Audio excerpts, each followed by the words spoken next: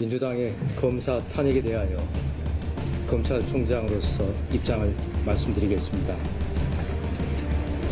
민주당의 검사 탄핵을 한마디로 규정한다면 이재명 대표라는 권력자를 수사하고 재판하는 검사를 탄핵해서 수사와 재판을 못하게 만들고 권력자의 형사처벌을 모면하겠다는 것입니다.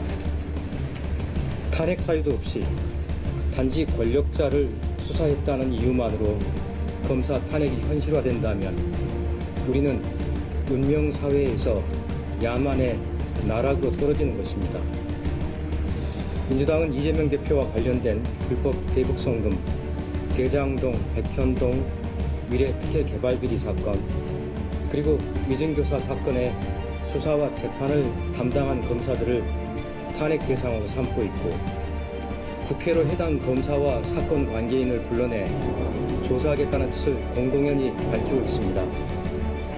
이미 기소되어서 1심 판결이 선고되었거나 그리고 재판이 진행 중인 사건에 대해서 법원의 법정을 국회로 옮겨와서 피고인인 이재명 대표가 재판장을 맡고 이재명 대표의 변호인인 민주당 국회의원과 국회 절대 다수당인 민주당이 사법부의 역할을 빼앗아와 재판을 다시 하겠다는 것과 같습니다.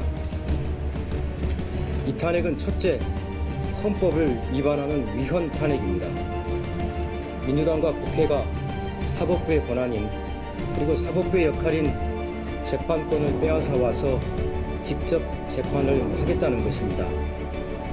이는 헌법 101조에 사법권은 법원에 속한다는 규정을 위반해서 헌법상 삼권 분립과 법치주의에 정면으로 반하며 사법부의 독립과 판사의 독립을 송두리째 무너뜨리는 위헌 조치입니다. 둘째, 법률을 위반한 위법 탄핵입니다. 국정감사 및 조사법 제8조는 제목의 검사 또는 감사 또는 조사의 한계라고 해서 국회의 감사나 조사는 재판과 수사에 관여할 목적으로 행사되어서는 아니 된다라고 규정하고 있습니다. 이는 국회의 권한에 대한 본질적인 한계를 규정하고 삼권 분립과 법치주의를 명확히 하고 있는 것입니다. 민주당의 탄핵 추진은 이처럼 헌법과 법률을 위반한 위법 탄핵입니다. 셋째, 사법방해 탄핵입니다. 헌법재판소의 탄핵 심판 이전에 절대다수당인 민주당의 탄핵 소추 의결만으로도 검사들은 직무가 정지되고 이재명 대표의 수사와 재판에서 배제되는 결과가 발생합니다.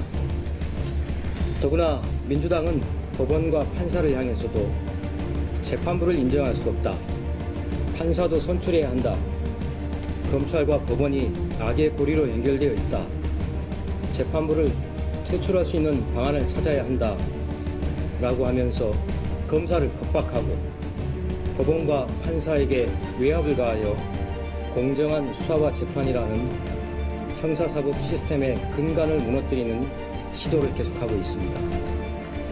넷째, 이는 보복 탄핵입니다. 이재명 대표를 수사한 검사를 타겟으로 삼아서 좌표를 찍고 그 검사를 공격하며 직무를 정지시키고 국회로 불러내서 명예를 깎아내리고 탄핵 소송의 대상이 되게 해서 권력자에 대한 수사 의지를 꺾고 손을 떼게 하려는 것입니다. 다른 검사들에게도 본보기를 보여서 위축시키려는 보복 조치입니다. 다섯째, 이재명 대표의 방탄을 위한 방탄 탄핵입니다. 우리 국민은 민주당의 탄핵 조치, 탄핵 시도가 법정 안에서 유무죄가 가려지는 사법 시스템을 무시하고 법정 밖으로 사건을 끌어내서 이재명 대표의 형사처벌을 모면하려는 것임을 잘 알고 있습니다. 그에 더해서 아예 사법 시스템을 무너뜨려 이재명 대표에 대한 형사처벌 자체를 근본적으로 지워버리겠다는 방탄을 목적으로 하는 시도입니다. 민주당의 검사 탄핵은 우리 국민이 지금껏 오랜 세월 동안 애써 지켜온 헌법과 법치주의를 파괴하고 공동체의 상식을 붕괴시키는 것입니다. 만약 헌법에서 국회의원도 탄핵 대상으로 규정하고 있다면 이처럼 직권을 남용해서 헌법과 법률에 위반되는 탄핵을 시도하는 것, 그것이 바로 정확하게 탄핵 사유가 될 것입니다. 천망회회 소위 불능. 하늘의 그물은 크고도 넓어서 성근 뜻이 보이지만 결코 놓치는 법이 없습니다.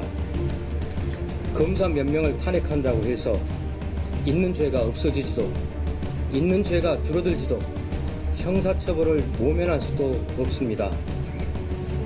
검찰은 국회 절대 다수당의 외압에 절대 굴하지 않고 법치주의를 지키며 오로지 증거와 법리에 따라서 수사와 재판에 임하여 반드시 범죄에 상응하는 처벌이 이루어지도록 최선을 다할 것입니다. 이상 입장 말씀 마치겠습니다. 감사합니다.